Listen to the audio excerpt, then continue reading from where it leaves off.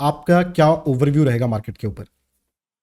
या so last week जब मैं आपके चैनल पे था, आई थिंक उस टाइम हमने शॉर्ट कॉल इनिशिएट जी। की थी, yes so sir. Market was not that bullish, right. Right at least right. For मी।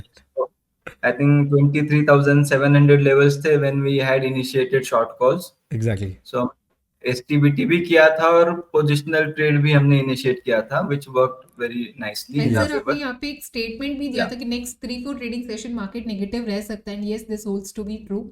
ये तीनों ही पोजीशंस हमने प्रॉफिट में एग्जिट की थी। या एंड सर लेवल्स की अगर बात करूं तो निफ्टी में कौन से लेवल्स पे आपकी नजर है अभी? अब थोड़ा सा मीडियम टर्म का अगर व्यू ले, नीचे की तरफ देखते हैं तो that binary trade happens then we will move towards 21,500।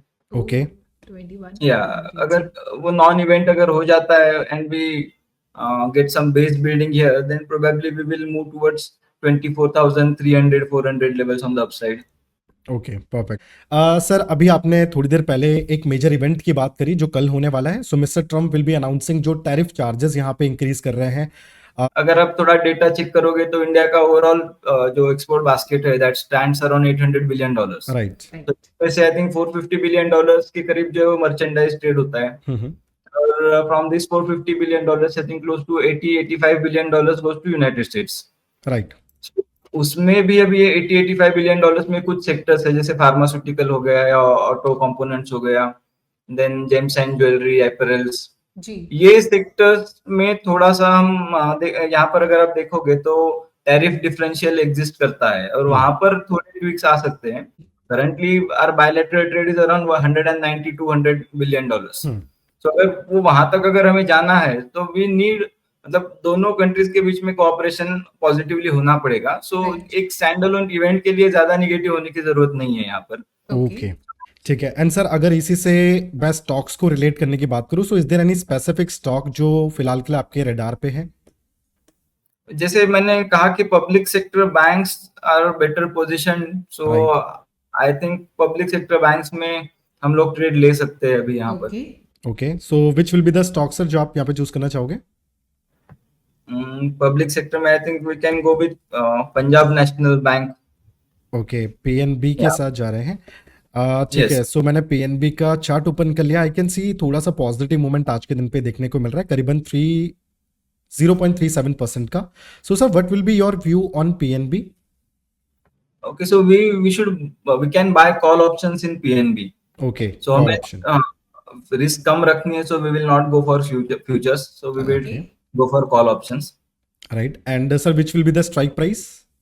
Strike price we can buy 96 strike price call option. Okay perfect. And sir ये आपका इंट्राडे का व्यू बन रहा है, थोड़ा सा पोजिशनल व्यू आपका इसमें रहेगा? नहीं, this is positional. Positional. And sir holding period? Holding period will be around 9th of July. चाहूंगा what will be your target and stop loss? Yeah, target अगर हम futures पे target set करें, so I think it should go towards 102, 103 levels. Okay 102 और 103। Okay so I can see कि करीबन 9th of April तक we are making 25,000 to 33,000। So what will be your stop loss?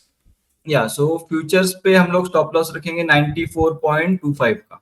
94.25। Okay so क्या ये market है IVs को trade करने का? या आईवी स्पाइक हुई है एंड आई थिंक कल और आईवीज में स्पाइक आ सकता है बेसिकली।